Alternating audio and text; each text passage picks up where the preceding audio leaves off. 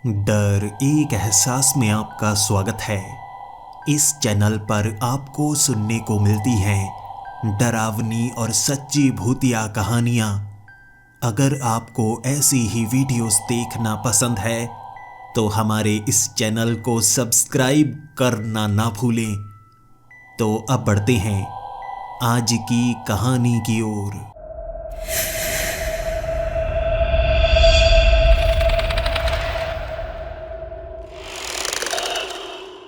अपनी जिंदगी में मैंने ऐसे ऐसे केस सुलझाए हैं जो शायद कोई समझ नहीं पाता, लेकिन मैंने अपने तर्क लगाए। कुछ बेहद साधारण केस थे जो कोई भी सुलझा सकता था, लेकिन अगर उसमें कोई पैरानॉर्मल घटना ना होती तो। लेकिन कुछ केस ऐसे थे जिन्हें बनावटी तौर पर पैरानॉर्मल एक्टिविटी से जुड़ा हुआ बनाया गया, सिर्फ मुझे उलझाने के लिए। कह सकते हैं कुछ केस सुलझे हुए थे, उन्हें उलझाया गया, जबकि कुछ केस बहुत उलझे हुए थे लेकिन उन्हें जानबूझकर सुलझा हुआ दिखाया गया ताकि किसी और पर इल्जाम लगाया जा सके। आज जिस केस की जानकारी मैं आपको देने वाला हूं वो बेहद उलझा हुआ केस था, लेकिन देखने में ऐसा लग रहा था जैसे बहुत ज्यादा सुलझा हुआ हो। बड़ी आसानी से हम उस कातिल को पकड़ सकते हैं। लेकिन जैसे जैसे मैं उस केस में गड़ता चला गया, मुझे एहसास होता चला गया यह एक दलदल के समान है और मैं इसमें धंसता जा रहा हूं। गर्मियों की सुबह थी, सामने चाय की प्याली पड़ी हुई और मैं बार बार फोन की तरफ देखे जा रहा था। जानता था सुबह सुबह ही पुलिस का फोन आता है। जब कोई ऐसी घटना हो जाती है जो उनके समझ में नहीं आती तो वो मुझे सुबह सुबह फोन करते हैं। और पिछले कुछ दिनों से मैं ना तो पुलिस स्टेशन गया था और ना ही किसी पुलिस वाले से बात की थी। पता नहीं क्यों सुबह उठते ही मुझे एहसास सा होने लगा था आज पक्का मुझे पुलिस स्टेशन से फोन आएगा। जैसे मेरा मन कह रहा था कुछ ऐसा कहीं ना कहीं तो घटा है जो बेहद अजीब हो सकता है। अपनी जिंदगी में मैंने कई ऐसे केस देखे थे जिसका आभास मुझे पहले से हो जाता था। मैं नहीं जानता कैसे, इसे आप छठी इंद्री कह सकते हैं या बस वैसे ही मेरा वहम।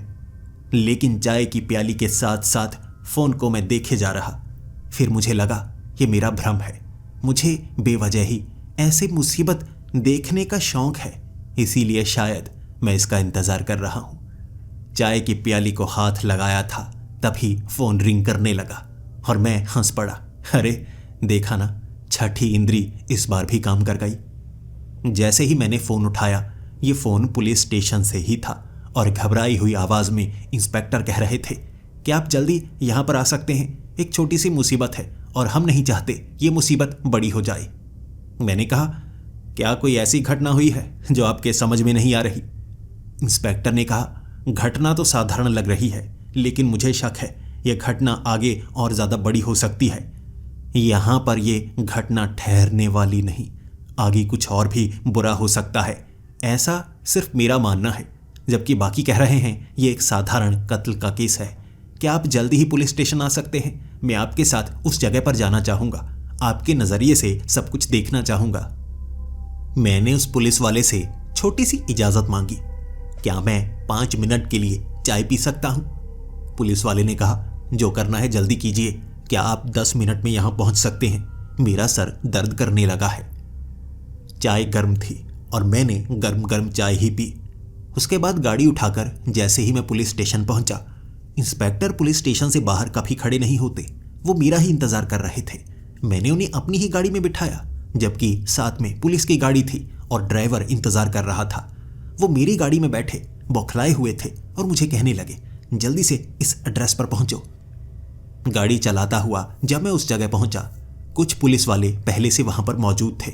इंस्पेक्टर यहां पहले भी आ चुके थे और यहां पर भीड़ बढ़ने लगी थी, मीडिया वाले भी आने लगे थे। मैं भीड़ को चीरता हुआ पुलिस इंस्पेक्टर के साथ घर के अंदर गया।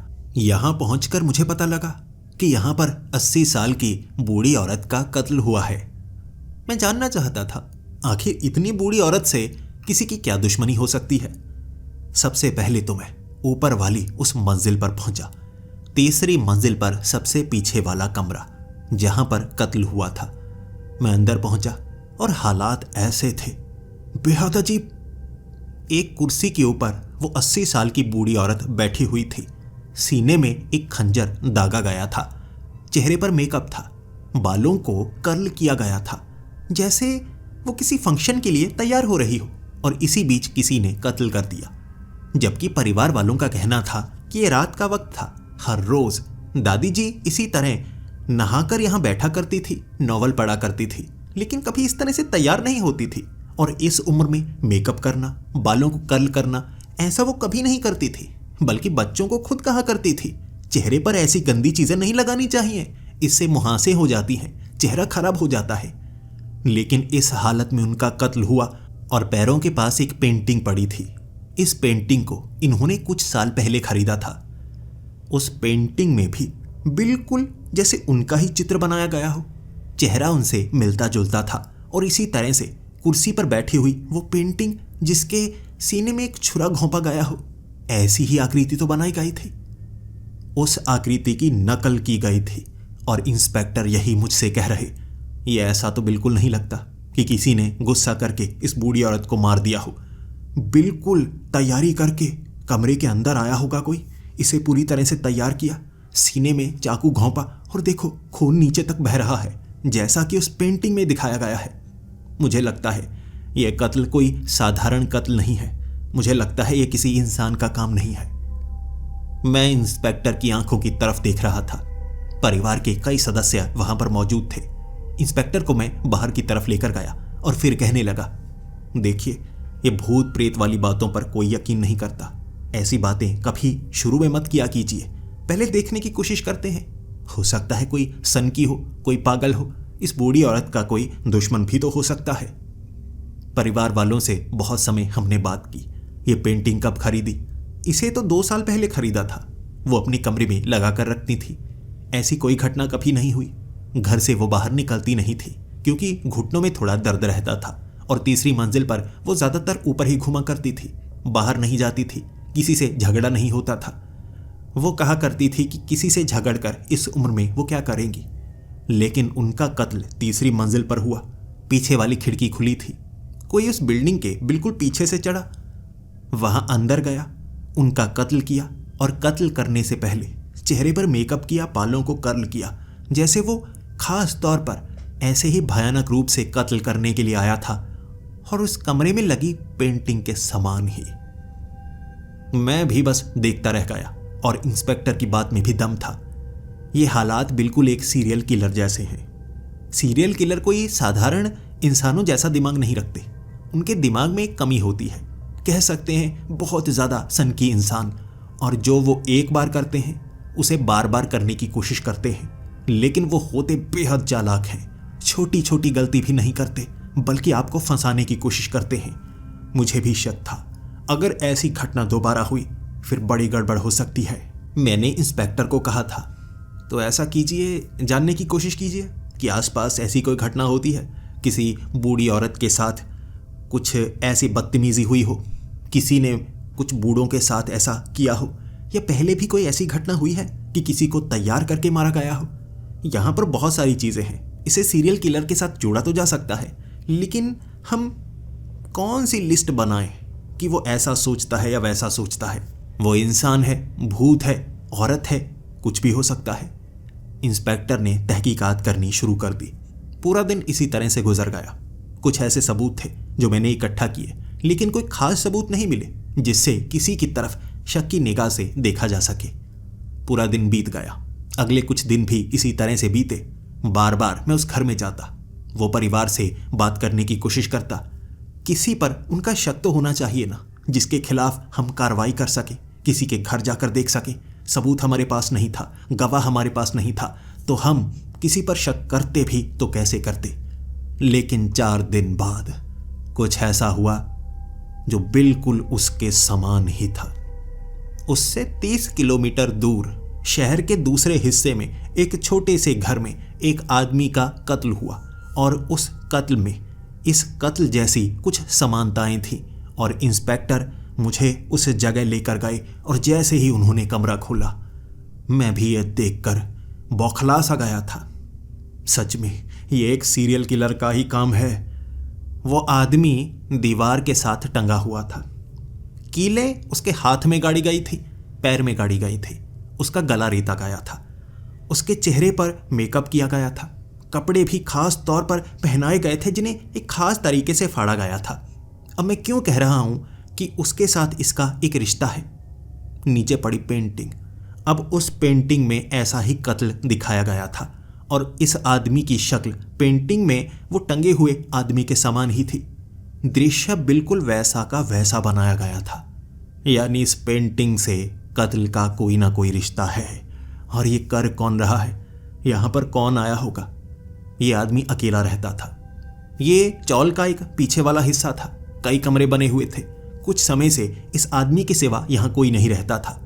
यानी कोई कत्ल करके चला गया और सबूत गवाह बिल्कुल नहीं मिल रहे थे। 2 दिनों तक पूछताछ जारी रही, लेकिन कोई भी गवाह या सबूत हम इकट्ठा नहीं कर पाए। मैंने इंस्पेक्टर को कह दिया था, इन पेंटिंग्स के बारे में पता लगाओ। ये पेंटिंग किसकी है? इनके घरों में कैसे आई? ये तो एक गरीब आदमी था ना, इसके पास ये महंगे वाली पेंटिंग कैसे आ गई? दिखने में तो काफ़ी अच्छी लग रही है। ये पेंटिंग का ओनर कौन है? इसने चुराई है, कहीं से लेकर आया है? मुझे पूरी जानकारी चाहिए।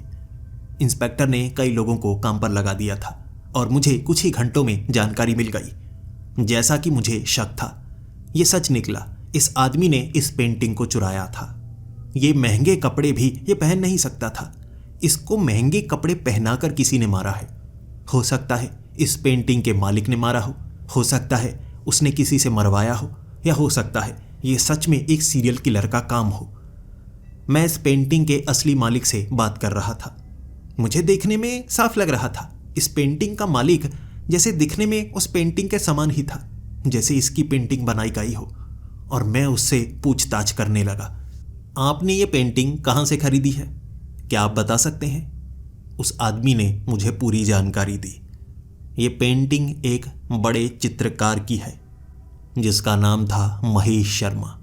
लगभग 40 साल पहले उसकी मौत हो चुकी है, लेकिन उसके द्वारा बनाई गई जितनी भी पेंटिंग्स हैं ज़्यादातर अमीर लोग अपने पास रखते हैं। शुरुआत में इन पेंटिंग्स को कोई खरीदना नहीं चाहता था, लेकिन जैसे जैसे इन पेंटिंग्स की जानकारी मिलती गई लोग खरीदते गए। वहाँ मुझे पता लगा कि ये जो पेंटिंग के रंग है ना, ये खून में मिले हुए रंग हैं।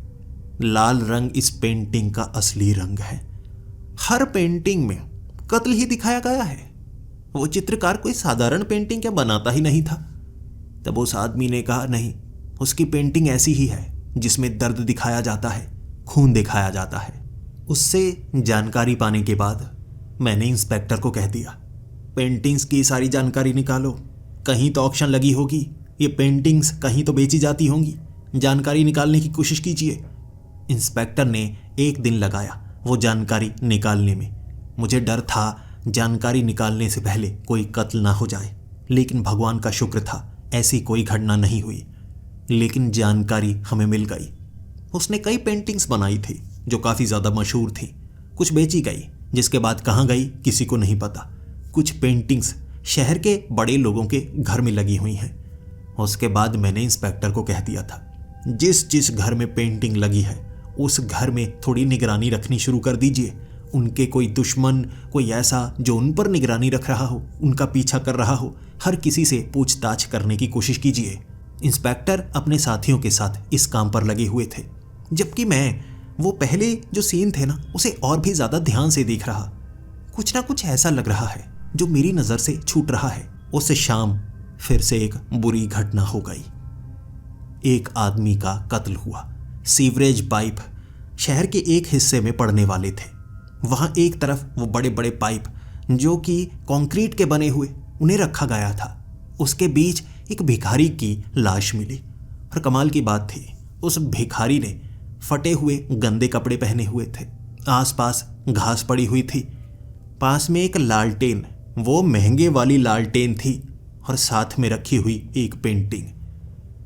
जब किसी ने ऐसे कत्ल देखा कि खून चारों तरफ लगा हुआ है, उसने पुलिस को बुलाया। पुलिस ने उस सीन के साथ छेड़छाड़ नहीं की और मुझे भी वहीं पर बुला लिया। इंस्पेक्टर मेरे साथ थे, मेरी नज़रों की तरफ देख रहे, और मैं उन्हें कह रहा, ये भी वैसा कत्ल है, ध्यान से देखिए वो पेंटिंग में बिल्कुल ऐसा सीन था। बड़ी सी सीवरेज वाली पाइप, उसके बीच एक लाश, उस पर लगा हुआ खून। खून भी ऐसे जैसे चाकू को मार कर बार बार खून निकाला गया हो और अलग अलग जगह निशान बनाए गए हो उसके खून के। बेरहमी से मारा गया था और मुझे बहुत बेचैनी होने लगी थी, क्योंकि वहां कोई सबूत हम ढूंढ नहीं पाए। कई घंटे कोशिश की, छोटा मोटा सबूत, कोई गवाह मिल जाए, कोई गवाह नहीं मिला। यानी अब हमें इंतजार करना होगा। अपने आप अगर कोई गवाह आता है तो ठीक है, वरना यहां पर भी हमारे हाथ कुछ नहीं लगने वाला। इंस्पेक्टर पर दबाव बढ़ने लगा था, क्योंकि पूछताछ जारी थी और बड़े लोग उन पर दबाव बना रहे थे कि शहर में इतनी हलचल क्यों हो रही है और ऐसे लगातार कत्ल हो रहे हैं, तो उनके लिए भी परेशानी थी। और वो इंस्पेक्टर की नज़रें बार बार घूमकर मेरी तरफ आ जाती और वो मुझे कहते, कुछ तो कीजिए, आपका दिमाग तो इतना ज़्यादा तेज़ है, कोई गवाह ढूंढने की कोशिश कीजिए, कोई सबूत ढूंढने की कोशिश कीजिए। मैं भी क्या कहता, सच में इस बार मेरा दिमाग काम नहीं कर रहा था। किसी तरफ भी मैं इशारा करता तो कैसे करता, एक भी शक्की इंसान हमें नहीं मिला था कि किसी को हम पकड़ते, पूछताछ करते।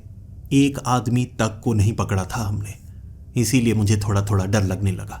लेकिन अब इस केस को अलग ढंग से देखना था, तो मैंने उस इंस्पेक्टर को कहा, जितनी भी पेंटिंग है ना, उन्हें इकट्ठा कीजिए।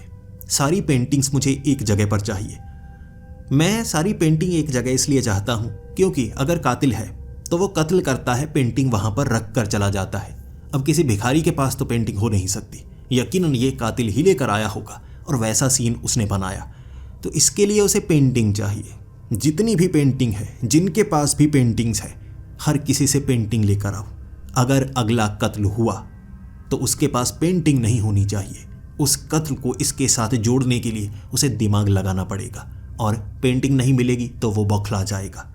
हमें कातिल को इस तरह से फंसाना है कि वो बौखला जाए और कुछ ऐसी चीज़ करे जो वो करना नहीं चाहता था। योजनाबद्ध तरीके से वो कत्ल कर रहा है। हमें उसे सोचने के लिए समय नहीं देना है। बड़े बड़े रईस लोगों से सारी पेंटिंग हम अपने पास लेकर आए थे, लेकिन हमें इस चीज़ का नहीं पता था कि उस पेंटर ने कुल कितनी पेंटिंग्स बनाई हैं। जितनी मशहूर पेंटिंग्स थी हम सब ले आए थे। अब शायद आगे का काम हमें इंतज़ार करना था। इंतज़ार कि कोई ऐसी घटना हो, कोई इंसान सामने आए, हमें धमकी मिले या कुछ ऐसा भी हो। लेकिन उसके बाद लगभग 5 दिनों तक ये काम हमने ख़त्म किया था। सोचा था आगे कोई घटना नहीं होगी, कम से कम आराम से हम सोच पाएंगे। एक और कत्ल हो गया। शहर से बाहर एक गांव था। गांव में बनी हुई एक हवेली, और वहां पर कत्ल हुआ। एक जमींदार जिसकी ये हवेली थी, उसे दीवार से टांगा गया। पंखे उसकी दोनों बाजू में पकड़ाए गए, बांधे गए एक टेप के जरिए। छाती में कई बार छुरा घोंपा गया। पेट में 5 छुरे घोंप कर रखे गए थे। खून बहने के कारण उसकी मौत हुई। वो उस हवेली में अकेला नहीं रहता था, उसका परिवार वहीं पर था। किसी ने आवाज़ तक नहीं सुनी। वो नीचे रहता था, परिवार दूसरी मंजिल पर रहता। जब वो सुबह के वक्त नीचे आए तो ऐसा दृश्य देखकर हर कोई कांप गया। मैं भी जब वहां पर पहुंचा था, इंस्पेक्टर को मैं कह रहा था, पेंटिंग तो यहां नहीं होनी चाहिए, पेंटिंग तो बिल्कुल नहीं होनी चाहिए। और उसने मुझे कहा था, फिर से गड़बड़ हो गई। वहां कोई पेंटिंग तो नहीं थी। दीवार पर एक आकृति बनी हुई, बिल्कुल पेंटिंग के समान। यहां एक कागज था। कागज के ऊपर कपड़ा चिपकाया गया था। कपड़े के ऊपर कढ़ाई बुनाई की गई थी और दीवार पर उसे लगा रखा। बहुत ही अच्छी बुनाई थी वो, और वैसा दृश्य सामने क्रिएट किया गया। उसमें भी लाल रंग, खून का तो नहीं लग रहा, लेकिन ये वाला किस्सा भी बाकी किस्सों से मिलता जुलता। हम एक ऐसे पशुपेश में फंस गए थे जिससे बाहर निकलना असंभव लग रहा। इंस्पेक्टर भी कह रहा कि मेरा तबादला हो जाएगा। अगर इस केस को मैं नहीं सुलझा पाया तो मेरा तबादला हो जाएगा। कुछ तो कीजिए। मैंने उसे कहा, अब हमें कुछ अलग नज़रिए से देखना होगा। पेंटिंग हमारे पास है, अब क्या ये भी महेश शर्मा ने बनाया है? ये बुनाई? परिवार से हमें पता लगा कि ये बात सच है। महेश शर्मा ने सिर्फ पेंटिंग्स ही नहीं बनाई थी, कपड़े पर ऐसी आकृतियां भी बनवाई थी। कई जगह घर में पेंट भी उसने अपने हाथों से किए थे। अमीर लोग घर में आकृतियां बनवाना पसंद करते थे और वो ऐसी आकृतियां बड़ी रकम लेकर बनाया भी करता था, जिसमें वो अपने खून का इस्तेमाल भी कई बार किया करता। लोगों को ये पसंद था, लेकिन वो कुछ ऐसा करता था जो कुछ लोगों को पसंद नहीं आता था। इसीलिए उसके साथ कुछ लोगों ने बदला भी लिया था, उसे नुकसान भी पहुंचाया था। मुझे तो इस चीज़ का डर था, आगे आगे क्या चीज़ देखने को मिलेगी। तो अब पेंटिंग को सुरक्षित करने से ज़्यादा हमें महेश शर्मा के बारे में जानना होगा। जो भी हो रहा है उसमें उसका नाम तो ज़रूर आ रहा है। एक ऐसा इंसान जो 40 साल पहले मर गया है, लेकिन दोबारा उसका नाम इतना ज़्यादा मशहूर क्यों हो रहा है, मुझे जानना था ये। उस इंस्पेक्टर ने 4 घंटों में मुझे सारी जानकारी दे दी। वो एक गांव में रहा करता था और जिस गांव में रहता था वहां पर उसकी बड़ी हवेली थी और उस हवेली को आज भी संरक्षित करके रखा गया है। उसकी कई चित्रकारी वहीं पर संजो कर रखी गई है। बड़ी सी 4 दीवारी, ऊपर कंटीली तारे लगाई गई हैं। कभी कभी कोई वहां पर आता है, ज़्यादातर किसी को वहां आने नहीं दिया जाता। गांव वाले कहते हैं कि रात को वहां से भूतों की आवाज़ें आती हैं। उसने घर में ऐसी कई चित्रकारी बनाकर रखी हुई थी जिसमें अपने खून का इस्तेमाल किया था और लोगों के खून का इस्तेमाल किया था। इसीलिए घर में भूत प्रेत हैं, ऐसा गांव वालों का मानना है। और मुझे समझ में आ गया था, हमें वहां जाकर देखना चाहिए। महेश शर्मा, कुछ तो है उसके नाम में, कुछ तो है उसकी कला में। रात के वक्त ही हम उस हवेली में पहुंचे थे। इंस्पेक्टर को आने में देर हो गई थी, लेकिन मैं पहले ही वो आगे वाला गेट खुलवाकर उस हवेली के अंदर जाना चाहता था। मैं अपने साथ एक पुलिस वाले को ले जाना चाहता था। इंस्पेक्टर तो मेरे साथ नहीं थे, लेकिन कोई और मेरे साथ अंदर जाना नहीं चाहता था। मुझे अकेले ही अंदर जाना पड़ा। बाहर वाले गेट से जब मैं अंदर जा रहा था, दिल जैसे बैठा बैठा सा जा रहा था। होती है ना कई जगह जहां पर दुर्घटनाएं हुई होती हैं, वहां पर कुछ ऐसी नकारात्मक ऊर्जा होती है जो आपको खींचने की कोशिश करती है। मुझे भी यहां पर ऐसा लग रहा था जैसे कुछ ना कुछ है जो मुझे रोकने की कोशिश कर रहा है। कोई जैसे मेरे कान में कह रहा हो, मत जा मत जा, इस हवेली के अंदर मत जा। लेकिन मुझे केस सुलझाना था, मुझे अपना फर्ज याद था और पूरा भी करना था। हवेली का दरवाज़ा खोलकर जब मैं अंदर गया था, लाइट जलाई थी मैंने। भले ही ये हवेली 45 साल पुरानी थी, लेकिन अब भी बिल्कुल नई जैसी लग रही थी। हर तरफ दीवारों पर, फर्नीचर पर, पिलर पर चित्रकारी की गई थी, पेंटिंग्स की गई थी और करीब से छूने पर पता लग रहा था हर एक जगह जो लाल रंग का इस्तेमाल किया गया है वो लाल रंग जैसे खराब हो चुका है, क्योंकि लाल रंग का इस्तेमाल वो नहीं करता था, वो खून का इस्तेमाल करता था। लाल रंग की जगह खून भरा करता था। इसीलिए कई बार उस पर इल्जाम भी लगे थे कि वो ये खून कहाँ से लेकर आता है। उसका मानना होता था कि वो अपना खून भरता है, जबकि इतनी बड़ी चित्रकारी कोई अकेला इंसान नहीं कर सकता। इतना भी खून इंसान के शरीर में नहीं बनता पूरे जीवन में। कई लोगों का मानना था कि वो कई लोगों को अगवा करके मारा करता था, खून निकाला करता था, जिससे चित्रकारी किया करता था।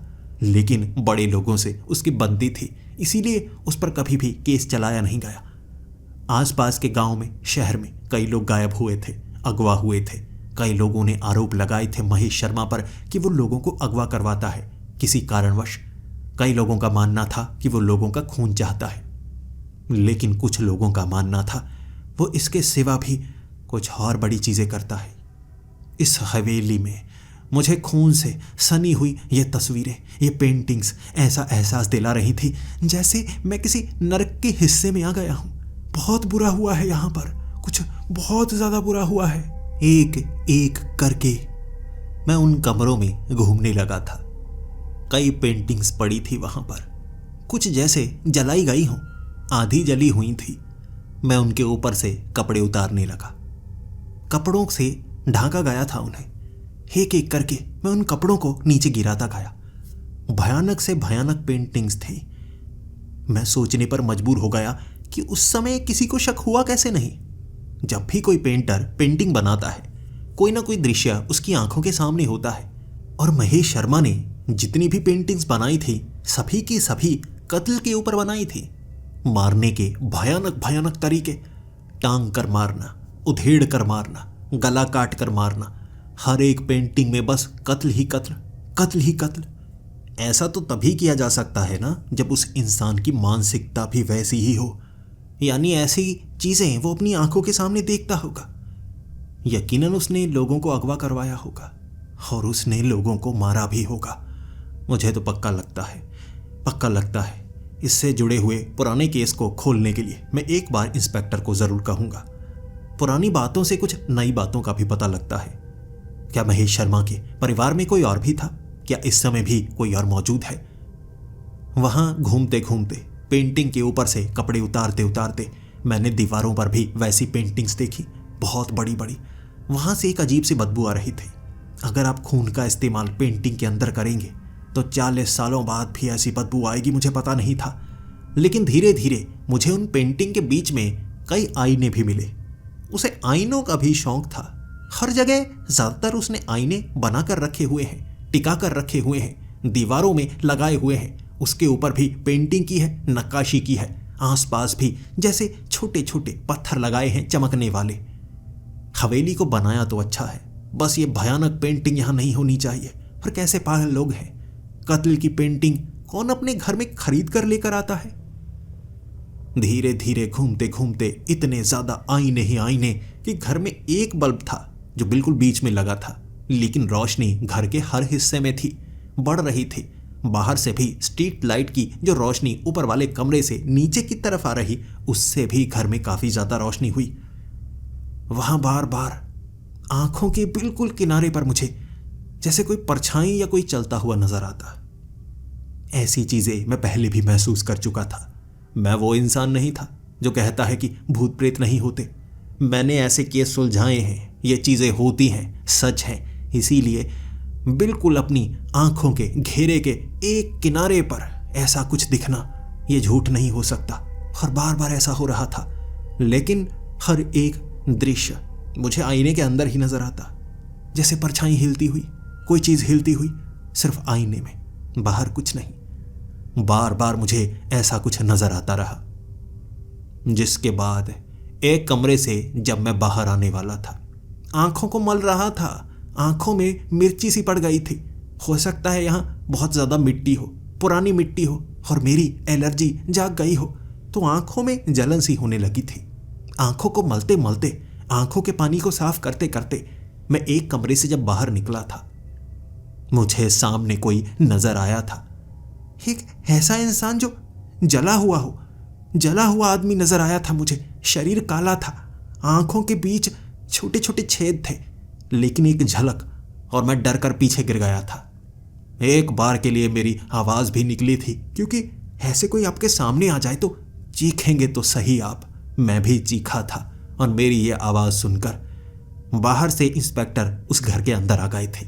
मुझे नीचे गिरा हुआ जब उन्होंने देखा, रिवॉल्वर उन्होंने बाहर निकाल ली थी। कहने लगे, डिटेक्टिव क्या हुआ? यहां पर कोई है क्या? आप पर किसी ने हमला किया? मैंने इंस्पेक्टर को कहा, नहीं नहीं इंस्पेक्टर, मेरी आंखों के सामने कुछ आया था। मुझे वो भ्रम नहीं हुआ हो सकता। कोई आदमी था जला हुआ, आंखों में कई छेद थे, लेकिन बस एक झलक मिली। मैं असल में ये भी नहीं कह सकता कि सच में वो चीज थी। हो सकता है ये मेरी आंखों का भ्रम हो, क्योंकि मैं आंखों को मल रहा था, एकदम आंखें खोली थी तो ऐसा दृश्य नजर आया। मैं चीख पड़ा था। लेकिन यहां पर मुझे परछाइयां सी भी महसूस हो रही हैं। इस हवेली में कुछ तो ऐसा है जो हमारी सोच से परे है। इंस्पेक्टर ने तब मुझे कहा, आप ऐसा कीजिए, इस हवेली से बाहर निकलिए। मुझे भी इस हवेली में कुछ गड़बड़ नजर आती है। मैं ऐसा करता हूं, इस हवेली के बारे में जानकारी निकालता हूं। रात का वक्त है ना, दिन के वक्त आएंगे, गांव वालों से जानेंगे, इतिहास की वो फाइल्स को खंगालते हैं, कुछ ना कुछ ऐसा तो मिलेगा ना। उस रात हम हवेली से बाहर आ गए थे। अगले दिन मैं उसी गांव में रुका हुआ था, क्योंकि यहां से मुझे लग रहा था कुछ ना कुछ ऐसा पता लग सकता है जिसके बारे में हम सोच नहीं रहे हैं। इंस्पेक्टर ने गांव वालों से पूछना शुरू कर दिया, और गांव वाले जो जो बताते गए वो घिनौना था। केस के अंदर ये सब बताया नहीं गया था जो कि महेश शर्मा के खिलाफ बनाए गए थे। वो आदमी पागल था, पेंटिंग बनाया तो करता था, लेकिन उसे बेचने की कोशिश करता तो कोई उसे खरीदना नहीं चाहता था। वो ऐसी पेंटिंग बनाया करता था जिसमें किसी ना किसी का कत्ल दिखाया करता, तो लोगों को लगता था कि वो किसी का कत्ल करता है, इसीलिए लोग उससे खफा रहा करते थे। लेकिन ये पेंटिंग को कुछ ऐसे पागल लोग खरीदना चाहते थे जिससे उसकी कमाई होने लगी। देश विदेश में कुछ ऐसे पागल अमीर लोग हैं जो ऐसी चीज़ें खरीदते हैं जिसमें जैसे उन्हें अच्छा लगता है। और जब उसने अपने खून का इस्तेमाल करना शुरू किया, लोगों ने वो पेंटिंग को खरीदना शुरू कर दिया। लेकिन ये बात सिर्फ बड़े लोगों तक रहती थी। वो कभी कभी किसी को बताया करता था कि उसने अपने खून से वो पेंटिंग बनाई है, और बड़े बड़े लोग वो पेंटिंग को खरीदते। धीरे धीरे उसे कमज़ोरी होने लगी और उसे लगा कोई ऐसी पेंटिंग बनानी होगी जिसमें खून का इस्तेमाल तो वो करे। वो लोग जो डिमांड करते हैं वो प्रोवाइड तो करेगा, लेकिन उसके लिए उसे और भयानक दृश्य देखने होंगे। गांव वालों को लगता था कि जो लोग गांव में गायब हो रहे थे, शहर में गायब हो रहे थे, उनकी लाशें तक नहीं मिलती थी। शायद वो उन्हें मारता अपनी आंखों के सामने भयानक तरीके से, फिर उसकी पेंटिंग बनाता। कई लोगों ने पुलिस में कंप्लेंट की थी, लेकिन उसके खिलाफ कभी भी केस पूरा नहीं हो पाया क्योंकि सबूत नहीं मिले। मानना होता लेकिन लाशें नहीं मिलती। जब लाशें नहीं मिलती तो उसके खिलाफ केस चलाया कैसे जाता? तो केस खारिज हो जाते। उसके पास काफ़ी ज़्यादा रुपए थे, लेकिन धीरे धीरे ये उसका पागलपन उसे खाने लगा। वो इस हवेली में बंद रहता, दीवारों पर भी ऐसी पेंटिंग बनाता रहता, कागज़ के ऊपर भी पेंटिंग बनाता रहता। अपने पागलपन में ही उसने एक ऐसी भयानक पेंटिंग बनाई जिसमें बहुत ज़्यादा खून का इस्तेमाल उसने किया था। बड़ी पेंटिंग। कमज़ोर वो पहले से था, कई पेंटिंग बना चुका था जिसमें अपने भी खून का इस्तेमाल किया था, लेकिन उसका खून बहता चला गया, वो पेंटिंग बनाता चला गया। खून बहता गया, वो पेंटिंग बनाता गया।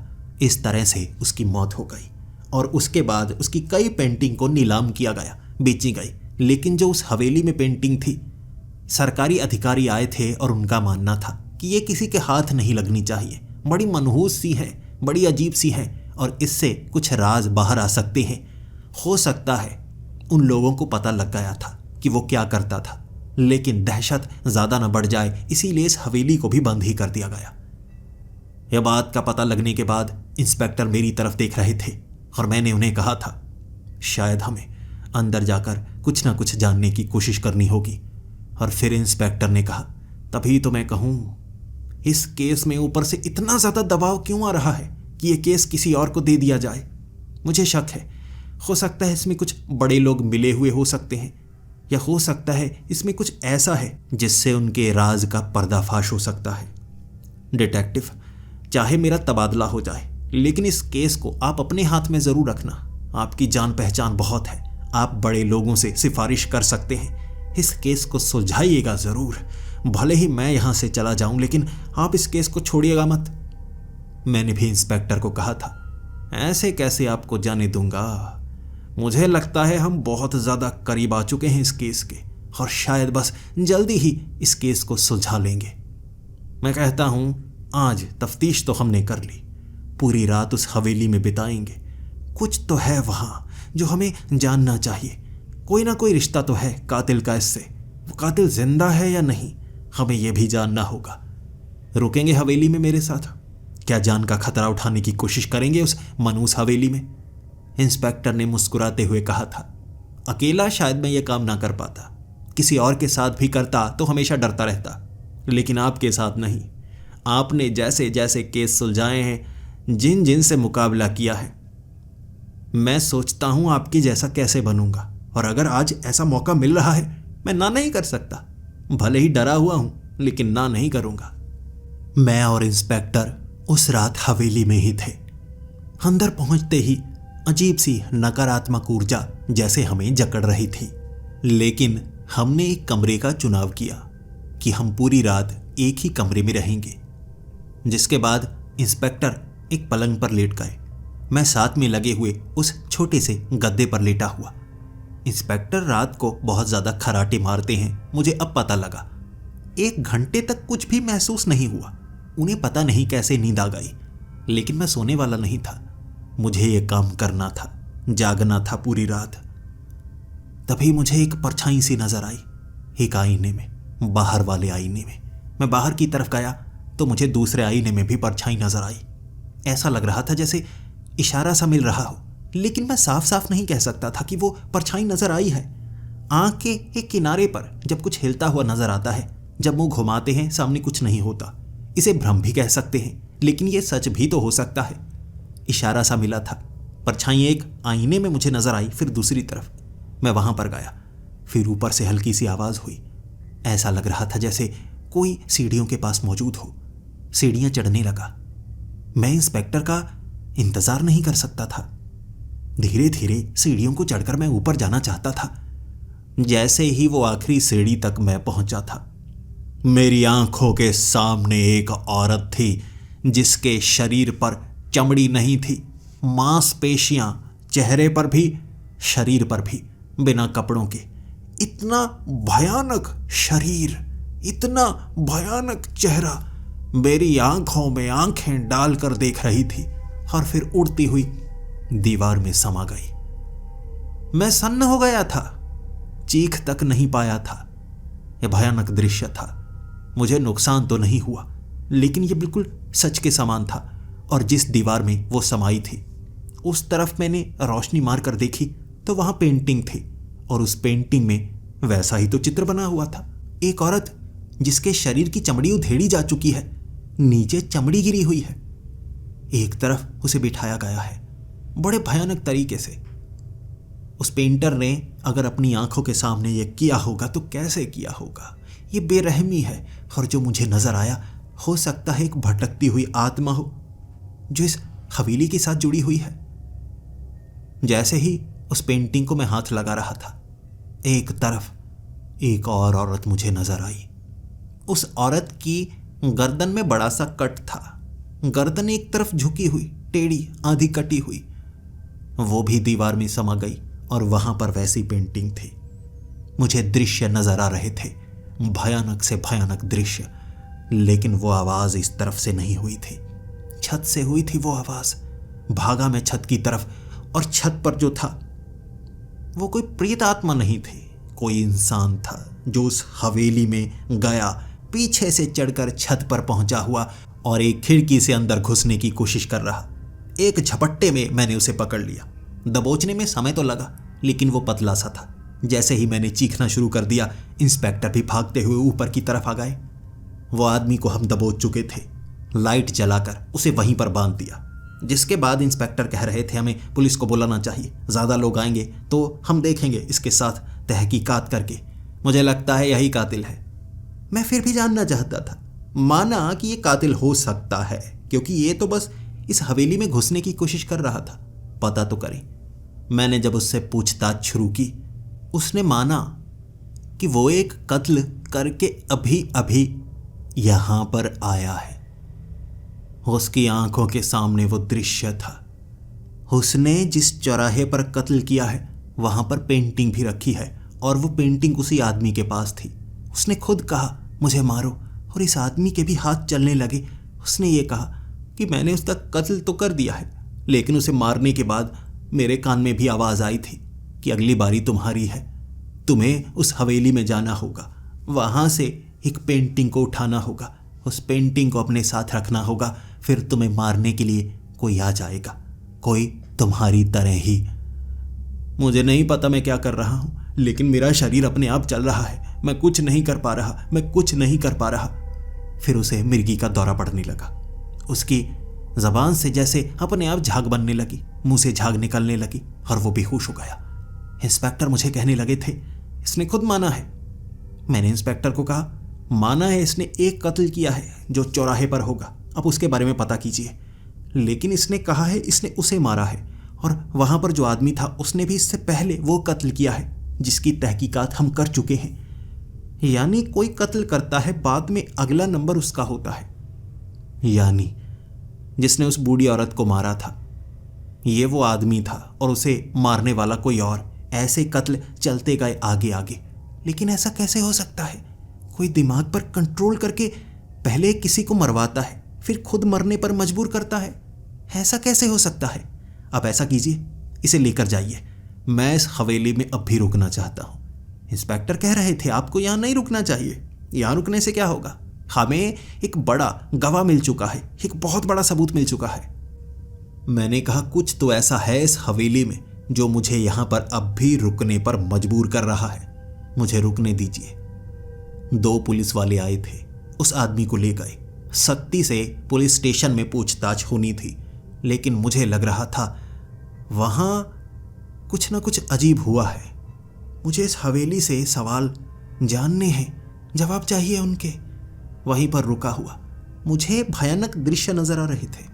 वो पेंटिंग में जैसे दृश्य थे, वैसे लोग, जैसे उनकी भटकती हुई आत्माएं मुझसे कुछ कहना चाहती हों, वो मुझे नजर आ रहे। मेरे सवाल का जवाब तो कोई नहीं दे पा रहा, लेकिन फिर भी मैं जानना चाहता था। एक से बढ़कर एक भयानक से भयानक पेंटिंग, वो चित्रकारी दीवारों के ऊपर। जब मैं सबसे नीचे वाले कमरे में गया था, कोई मेरे सामने आया था, बिल्कुल मेरी आंखों के सामने। मैं घबरा गया था। पहली बार किसी ने मेरे सवाल का जवाब दिया था। दादी जी, आप? सामने से मुझे जवाब मिला था। तुमने पहचान लिया मुझे? मुझे यहां मारा गया था। मैं घर छोड़कर नहीं गई थी। जैसा सबको बताया जाता है, मैं घर छोड़कर नहीं गई थी। मुझे अगवा किया गया था। मुझे यहां पर मारा गया, यहां पर मारा गया, और नीचे तहखाने के नीचे मुझे दफनाया गया है।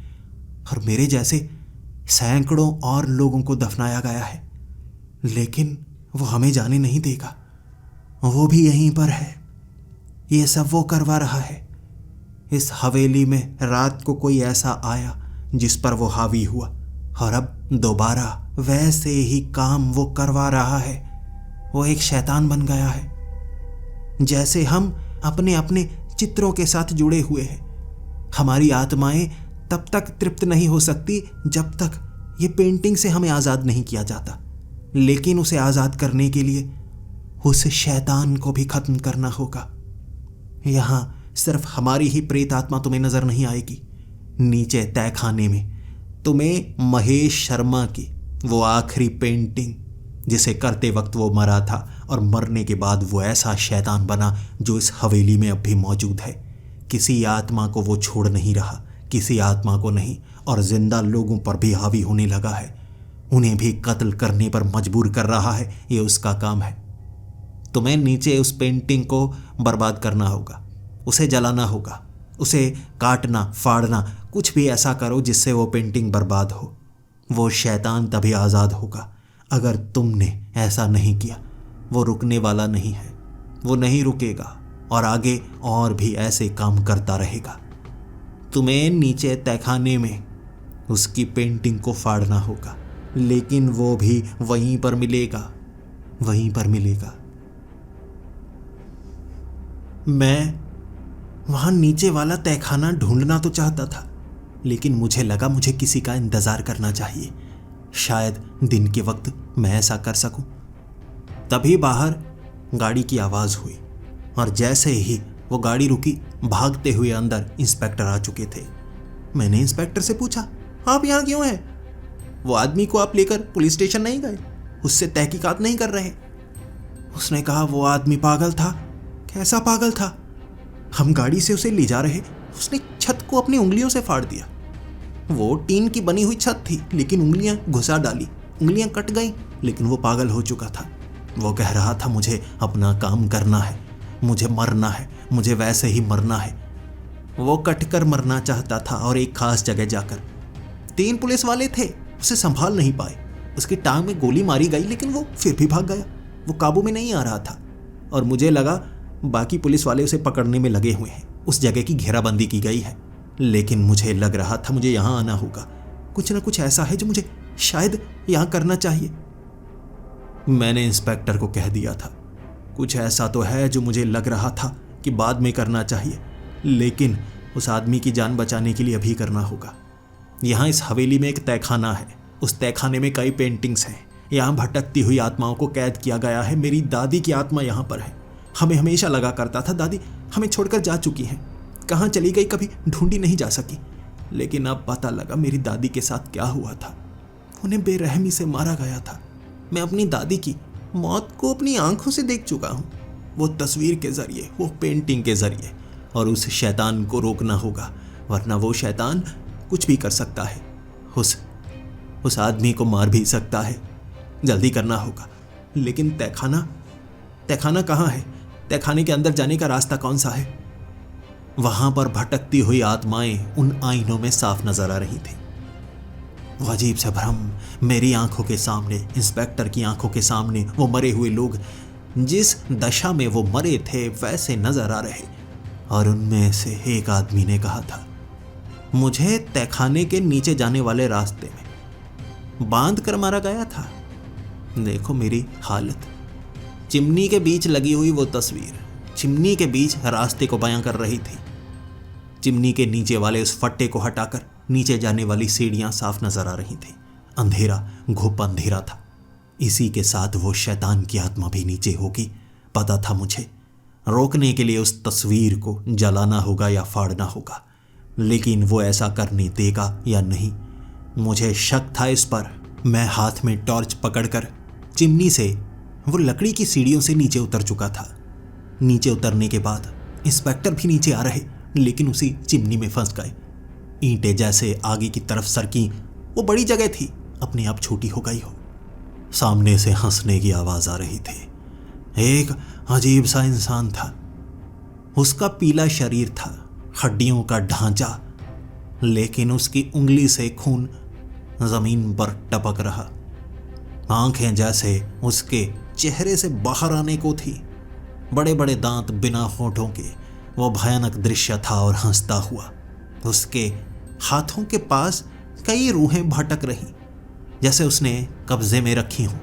कुत्ते की चेन डाल कई रूहों को जैसे अपने कब्जे में किए हुए था वो। और हंसता हंसता कहने लगा, तुम भी यहां आए हो, तुम्हें भी गुलाम बनाऊंगा, मरोगे तो तुम भी। और तुम्हारा चित्र कैसा बनाया जाएगा? मुझे नए चित्र बनाने हैं, मुझे और चित्र बनाने हैं, मुझे और चित्र बनाने हैं। बिल्कुल उसके पीछे उसकी जैसी हालत थी वैसी पेंटिंग मुझे नजर आ रही। उंगली से खून टपक रहा, वो पूरी तरह से पीला, आंखें बाहर आ गई। जानता था यही वो पेंटिंग है जिसे मुझे नष्ट करना है, लेकिन सामने तो वो खड़ा है। धक्का देकर निकलने की कोशिश करता हूं। जैसे ही मैं उसे धक्का देना चाहता था, वो जमीन में जैसे एक लोहे के बड़े से खंबे की तरह गड़ा हुआ, हिला ही नहीं। मैंने धक्का दिया जबकि मैं एक तरफ गिर गया और आगे निकलना असंभव था। वो ताकतवर था, वो मेरी चमड़ी उधेड़ने लगा। उसने मेरी चमड़ी को पकड़ा मेरे कंधों से और खींचा। मांस उखड़ चुका था कपड़ों के समेत। कंधों से खून बहने लगा और मैं जानता था ये अगर मुझे छुएगा जिंदा नहीं छोड़ेगा, ये मार डालेगा। लेकिन उस पेंटिंग को फाड़ना था, खत्म करना था। चीखों की आवाज तो मुझे इंस्पेक्टर की भी आ रही थी और वहां भटकती हुई रूहें भी जैसे चीख पुकार कर रही। वो एक शैतान बन गया था। एक शैतान बुरे कर्म करने के बाद ऐसी नकारात्मक ऊर्जा से भर जाता है जो जैसा करना चाहता है वैसा कर पाता है। मैंने कई बार पीछे जाने की कोशिश की। उसने कई बार धक्का दिया, मुझे जख्मी किया। मैं जख्मी था, मुझे नहीं पता मैं ये कर पाऊंगा या नहीं। तभी वो रूहें धीरे धीरे उसे पकड़ने लगी थी। तहखाने में अपने आप आग लगने लगी थी और वो वहीं पर जैसे जम सा गया। चीखें मारने लगा था, लेकिन उन रूहों को पकड़ भी रहा। मेरी दादी की आत्मा मेरी आंखों के सामने आकर कह रही थी, यही मौका है, यही मौका है, हम उसे ज्यादा समय रोक नहीं सकते। वो बहुत ज्यादा ताकतवर है, बहुत ज्यादा, लेकिन हम कुछ समय के लिए उसे रोक सकती हैं। ये सारी प्रेत आत्माएं पूरी कोशिश कर रही हैं, तुम्हारे पास एक ही मौका है। मैं भागा बहुत तेज और उसके कंधे के करीब से। उसने अपनी उंगलियां मेरे पेट में गड़ाई थी, मांस खींच लिया था बाहर की तरफ, लेकिन मैं उसके पार गिरा था। जैसे ही उस पेंटिंग को पकड़ा, जमीन पर मारा मैंने। आगे वाला कांच का हिस्सा टूटा और वो नुकीले पत्थर ने उस पेंटिंग को बीच से फाड़ दिया था। वो शैतान के पेट में बड़ा छेद हो गया। जैसे जैसे उस पेंटिंग को जमीन पर मारता गया, वो फटती गई। कांच से भी उसे उधेड़ डाला और वो शैतान के शरीर के साथ भी वैसा ही हो रहा था। उसके शरीर के हिस्से कर दिए मैंने उस पेंटिंग के जरिए। उसके हिस्से जो जले पड़े थे, तहखाने में आग लगी पड़ी थी और मैंने उसी आग में उस पेंटिंग को फेंका और भागा ऊपर की तरफ। धुआं बहुत ज्यादा था, ऐसी पेंटिंग की आग, निकली उससे काले रंग का धुआं जो उन आत्माओं को भी अपने अंदर समेटता जा रहा। मेरी दादी की आत्मा मेरी आंखों के सामने मुस्कुराती हुई, हमें शांति मिली। मैं सीढ़ियों से ऊपर जा रहा था। वो चिमनी का रास्ता चौड़ा हो गया। इंस्पेक्टर ऊपर निकल कर कह रहे, मैं नहीं जाऊंगा, मुझे लगता है मैं ज्यादा खाता हूं। आप कुछ कर पाए या नहीं? मैंने कहा, रास्ता दो, निकलने का रास्ता दो, नीचे धुआं बहुत ज्यादा है, आग लगी हुई है। जैसे ही हम चिमनी से बाहर निकले, वहां उस हवेली में आग लग गई थी, भयानक आग। वो तहखाने के जलने के कारण पूरी हवेली नीचे की तरफ धंसती जा रही और बड़ी मुश्किल से हम दरवाजे से बाहर निकल पाए थे। हवेली ऐसे जली जैसे वो पत्थर की नहीं, ईंटों की नहीं, बल्कि लकड़ी की हवेली हो। बड़ी आग थी वो, बड़ी आग जिसे पूरे गांव ने देखा था। और उस आग में एक भयानक चेहरा भी चीखता हुआ, चिल्लाता हुआ सबने देखा था। वो पूरी की पूरी हवेली राख बन गई। और उसके बाद अगले दिन वो आदमी खुद ब खुद पुलिस के पास आया था कि मुझे पकड़ लीजिए, मुझे नहीं पता मेरे साथ क्या होगा। ऐसे उस शैतान को हमने रोका था। वो आदमी को उसके बाद कोर्ट में ले जाया गया और हमने भी ये माना कि वो मानसिक तौर पर सही नहीं था। एक कत्ल की सजा उसे नहीं दी जा सकती जो उसने नहीं किया था, उससे करवाया गया था तो उसे पागल घोषित किया गया। भले ही उसे सजा जरूर मिलती, लेकिन वो अस्पताल में रहता इलाज के लिए। हमारी गवाही काम कर गई थी और ये केस भी सुलझाया गया। लेकिन कई लोगों का मानना था कि कातिल असल में मिल नहीं पाए और ये कैसा सीरियल किलर का किस्सा था जिसमें एक कातिल पहले किसी को मारता और अगला शिकार वो खुद बनता, फिर कातिल कोई और होता। ऐसे कई कत्ल हुए थे। ये मेरी जिंदगी का सबसे अजीबोगरीब केस था। लेकिन ऐसा नहीं है कि इससे भी ज्यादा अजीब केस नहीं हुए। ये सबसे अजीब नहीं था, इससे ज्यादा भयानक किस्से भी मैंने सुलझाए थे। ऐसे केस जो आपको भी सोचने पर मजबूर कर देंगे। क्या मेरी डायरी के वो केस सुनना चाहोगे? नीचे कमेंट्स में ज़रूर बताना और मैं एक और भयानक केस आपके लिए लेकर हाजिर हो जाऊंगा। आपका प्यारा डिटेक्टिव